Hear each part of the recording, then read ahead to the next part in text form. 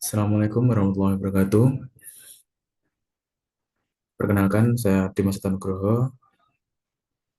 Video kali ini saya tunjukkan untuk memenuhi ujian tengah semester pada mata kuliah Etika Profesi IT. Untuk soal yang pertama, yaitu jelaskan perbedaan mendasar antara etika IT dan hukum dalam konteks profesi TI. Berikan satu contoh kasus di mana suatu tindakan dalam pengembangan software dianggap melanggar etika tetapi tidak melanggar hukum atau sebaliknya. Perbedaan etika dan hukum. Etika dan hukum adalah dua konsep yang berbeda dalam profesi TI. Etika berkaitan dengan prinsip moral dan nilai-nilai yang mengatur perilaku profesional TI. Sedangkan hukum berkaitan dengan aturan yang dibuat oleh negara untuk mengatur perilaku masyarakat. Etika itu adalah aturan moral internal yang berasal dari kesadaran individu atau norma sosial. Ini tentang apa yang benar atau salah. Berdasarkan prinsip seperti kejujuran dan tanggung jawab dalam profesi TI, etika mendorong kita untuk mempertimbangkan dampak sosial teknologi seperti melindungi privasi pengguna. Sedangkan hukum adalah aturan eksternal yang dibuat oleh negara atau lembaga yang dapat dipaksakan dengan sanksi. Ini fokus pada kepatuhan terhadap peraturan seperti hak cipta atau keamanan data, tanpa selalu mempertimbangkan aspek moral pribadi.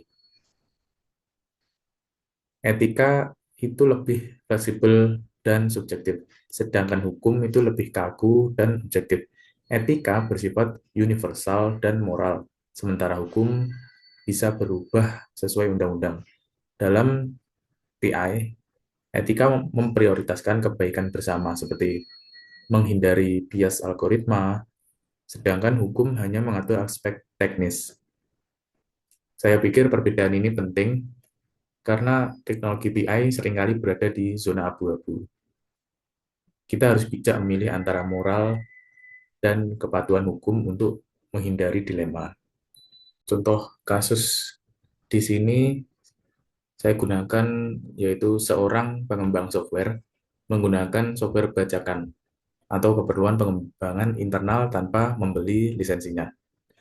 Tentunya tindakan ini melanggar hukum, yaitu hukum hak cipta. Tetapi tidak secara langsung melanggar etika jika digarisbawahi jika tujuannya tidak untuk keuntungan pribadi. Nah, sebenarnya di contoh kasus ini itu eh, bisa diperdebatkan ya, soalnya abu-abu. Jadi pelanggaran etikanya itu sebenarnya bisa masuk di sini. Cuma ya yang tadi digarisbawahi itu tergantung tujuannya. Jadi kalau hukum itu langsung kayak kaku itu nggak bisa fleksibel. Nah, sedangkan dari segi etika itu masih mempertimbangkan dari sisi moral, dari eh, sisi tujuannya itu masih dipertimbangkan. Itu untuk contoh kasus yang saya gunakan. Untuk soal 2, pilih salah satu prinsip penting dari kode etik profesi TI, misalnya privacy, confidential, confidentiality, integrity, atau public interest. Lalu jelaskan prinsip tersebut secara mendalam dan mengapa prinsip itu sangat krusial bagi seorang profesional TI.